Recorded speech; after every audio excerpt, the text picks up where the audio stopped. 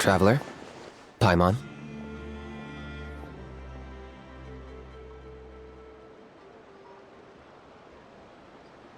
Kinich! Fancy meeting you here. We've actually been looking for you. I'll get straight to the point. I hear you accepted a proposal from Elder Trinidad. Oh, the, Turnfire Knight, you mean. You were still his first choice. It's just... Oh, jeez. It's not what it looks like, promise. Chill, it's cool. I only mention it because there's something you should know. And I suspect Elder Trinidad hasn't been completely forthcoming with you. His true intention is to resolve the Mountain King problem once and for all. Once and for all? You mean this'll be the last Turnfire Knight ever? That's right. He wants to use you to send the Mountain King to the Night Kingdom. To the Night Kingdom? You mean... To his death. Whoa! Are you serious right now? You shouldn't go blurting out accusations like that. It could get you in trouble. Too blunt? Okay. I'll phrase it more gently. There is potentially a possibility that Elder Trinidad may be hoping that during the course of the ceremony, you kill the Mountain King dead. But that's ridiculous! He told us the Mountain King is a living symbol of your tribe's glory! And that glory comes at a price. Oh, that's right. The Mountain King is a living symbol of our glory, but even this glory comes at a price. Ah, yes, and Nana wasn't the first.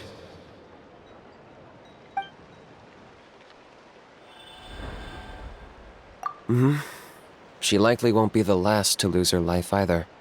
Still, is killing the Mountain King really the only way? It seems so extreme! The Mountain King is a unique case when it comes to abyssal contamination. It's eaten away at him for so long that it has consumed him entirely, and the damage is irreversible. That evil power has both driven him insane and kept him alive over the centuries. So, to look at it one way, once it's completely purged from his body, the Mountain King will finally be able to rest in peace. In past ceremonies, we've only purged around half of the abyssal power. This was to strike a balance, to keep him alive, but also keep him asleep. Trinidad didn't say anything about how much power he wanted us to purge, but he did say there were some more details to go over before the ceremony. Then it sounds like you'll know for sure soon enough. If he really asks us to kill the Mountain King, what should we do? I know this must come as quite a shock, so I suggest you act like you didn't hear anything for now. But would you have time to visit the chief after your meeting with Elder Trinidad? I'd like to make a deal with you.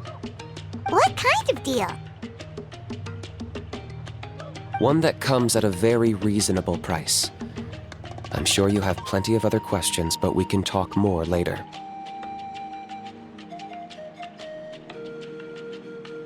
Good. See you soon.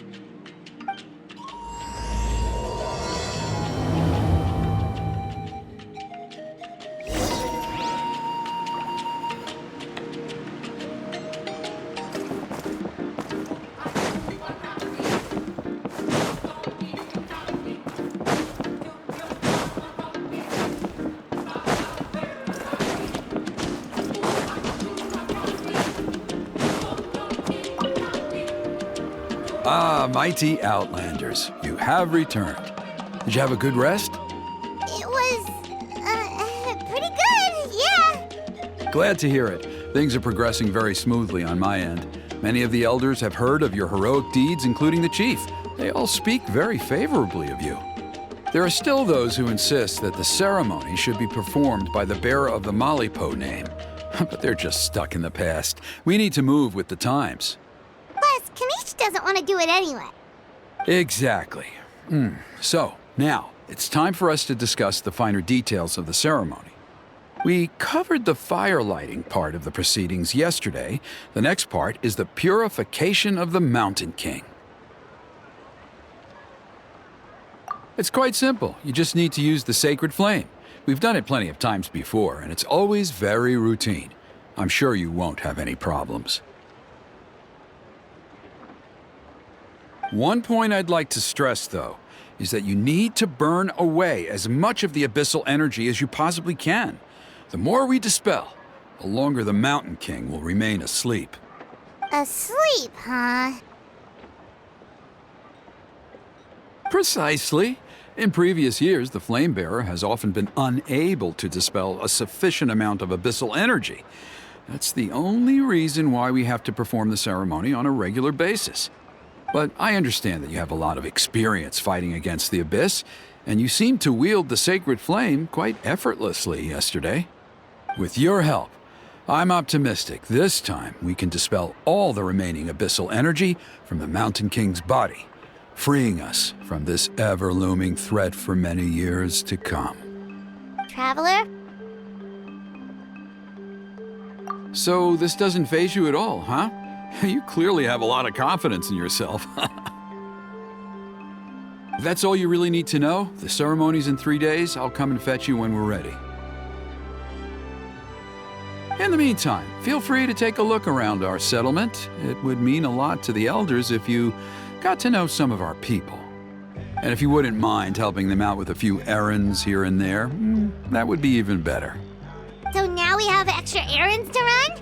Maybe we should add a little extra to the price. Just a humble suggestion, that's all. It will help you gain the respect of our people, and as a mighty hero, I truly believe that's what you deserve. I'll be sticking around for the next few days, so if you have any questions, you know where to find me. Seems like Kinich was right. We should go meet up with him right away.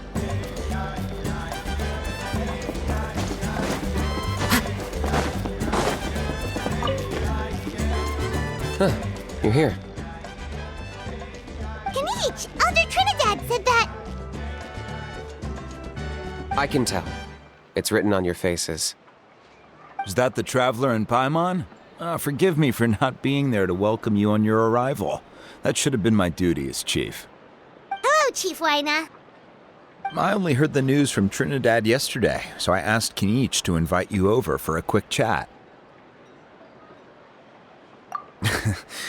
I believe Kinich has already filled you in, so I'll get straight to the point.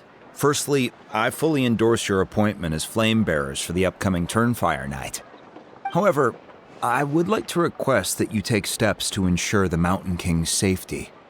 Every child of our tribe grows up hearing the tales of our heroes, from Yupanquis the Firebringer to Burkina and the Mountain King who fought against the Abyss. This is our history and our heritage, the source of our pride and the center of our faith. To kill the Mountain King would be to destroy our spirit. I would never be able to face our ancestors in the Night Kingdom.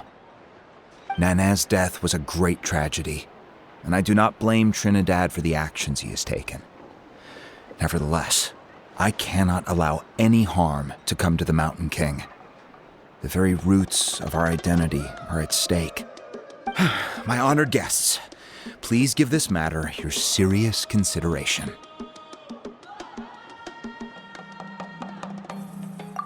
Perhaps there is, but despite all our attempts to contain the situation over the years, we've not found it. Right now, I should like to hear where you stand on this matter.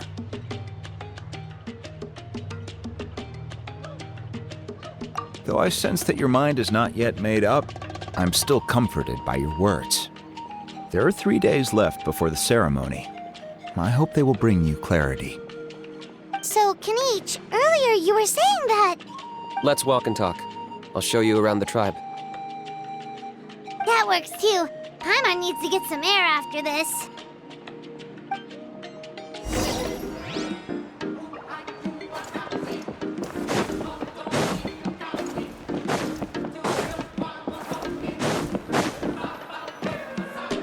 Kinich, Paimon finally understands why you turned Trinidad down. You knew what he was planning, didn't you? That's why you didn't want to be the flame bearer this time, because it's a double-edged sword. The whole Mora thing was just a sneaky excuse. double-edged sword is right. But my response wasn't merely an excuse. To solve this exceptional problem, an exceptional price must be paid. I'm working on it. Really? Well, come on then, let's hear it! In a moment. Didn't you have a question you were about to ask me? Oh, yeah. What was it again? Oh, right! We need to talk about a how. He's completely unhinged. I agree that he has a problem. He needs disciplining, so I hired him a teacher. You got him a teacher? Oh, Paimon would love to see him get scolded for bad behavior. Anyway, moving on. When we ran into a how, he said you two were investigating some abyss thing together. Is that related to the whole Mountain King situation? Yes, that's the angle I've been working on. I'm a Saurian hunter, but I occasionally hunt the abyss too. One time I was pursuing some purple demonic dogs when I accidentally entered a hidden space. I did some research after the fact. Apparently they're known as beastly rifts, and there are many of them of all different sizes.